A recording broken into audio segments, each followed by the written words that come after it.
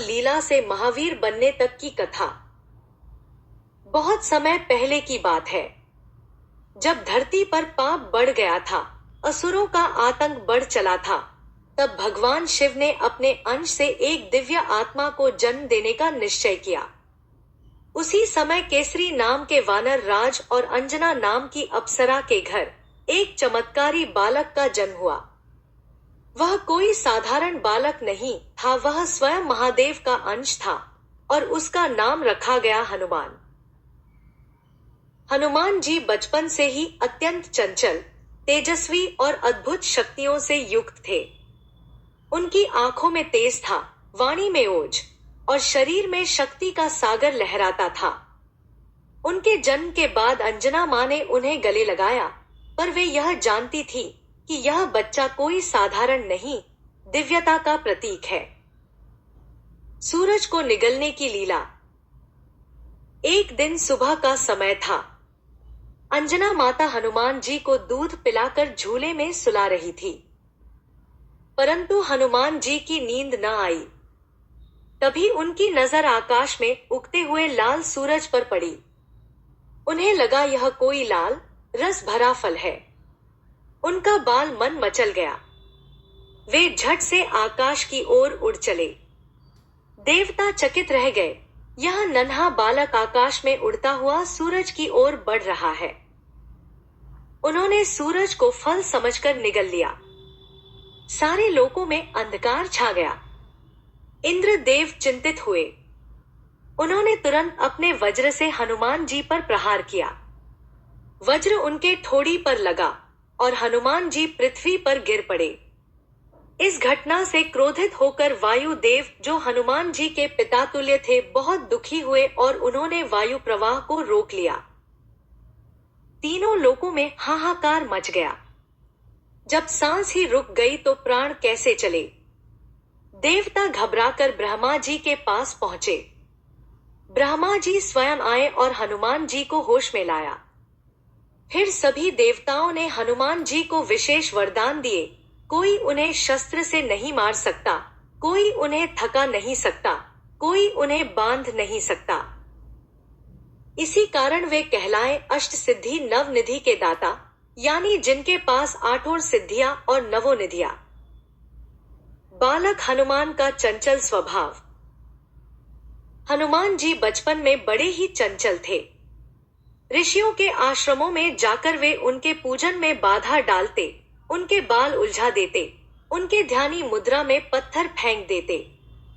कुछ ऋषियों ने उन्हें श्राप दिया कि तुम अपनी शक्तियां तब तक भूल जाओगे जब तक कोई तुम्हें स्मरण न कराए। यह श्राप वरदान बन गया, क्योंकि इससे उनका अहंकार मिट गया और वे विनम्र हो गए। शिक्षा और ज्ञान प्राप्ति। हनुमान जी को उनके माता पिता ने शिक्षा के लिए सूर्य देव के पास भेजा। पहले सूर्य देव ने मना कर दिया, परंतु हनुमान जी ने विनम्रता दिखाई और कहा कि वे उनके साथ साथ चलते हुए ज्ञान लेंगे। उनकी सीखने की इच्छा और समर्पण देखकर सूर्य देव प्रसन्न हुए और उन्हें समस्त वेद, शास्त्र, नीति, व्याकरण, योग, ध्यान और ब्रह्मज्ञान सिखाया। जब शिक्षा पूर्ण हुई तो सूर्य देव ने गुरु दक्षिणा मांगी। हनुमान जी ने कहा, प्रभु, जो आज्ञा हो। तब सूर्य देव बोले, मेरे पुत्र शनि पर रावण ने अत्याचार किया है, कृपया उसे मुक्त कराओ।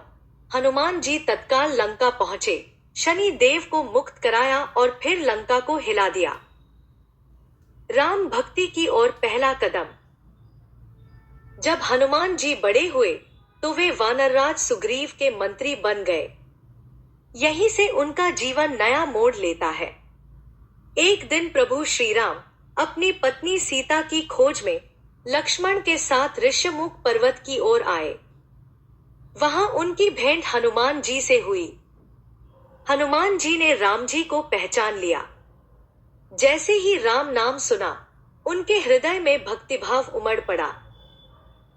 वे राम के आज्ञाकारी सेवक बन गए। राम का जीवन उनका पथ बन गया। फिर सीता की खोज, लंका दहन, संजीवनी लाना, राम रावण युद्ध, सब में हनुमान जी की भक्ति और पराक्रम जग प्रसिद्ध हो गई। हनुमान जी, भक्त और भगवान का मिलन। रामराज्य की स्थापना के बाद जब सभी वापस अयोध्या लौटे तो हनुमान जी को भी सम्मान मिला, पर वे सिंहासन नहीं चाहते थे। उन्होंने कहा, मुझे केवल प्रभु श्री राम की चरणों की सेवा चाहिए। यही मेरा स्वर्ग है, यही मेरी मुक्ति है।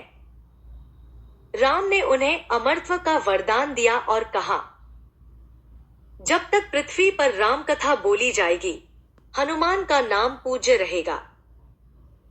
और इस तरह बाल हनुमान से लेकर महावीर, भक्त, ज्ञानी और सेवक बनने तक की उनकी कथा समाप्त नहीं होती। वह आज भी जारी है, हर राम कथा में, हर मंदिर में और हर उस भक्त के मन में जो निस्वार्थ सेवा करता है।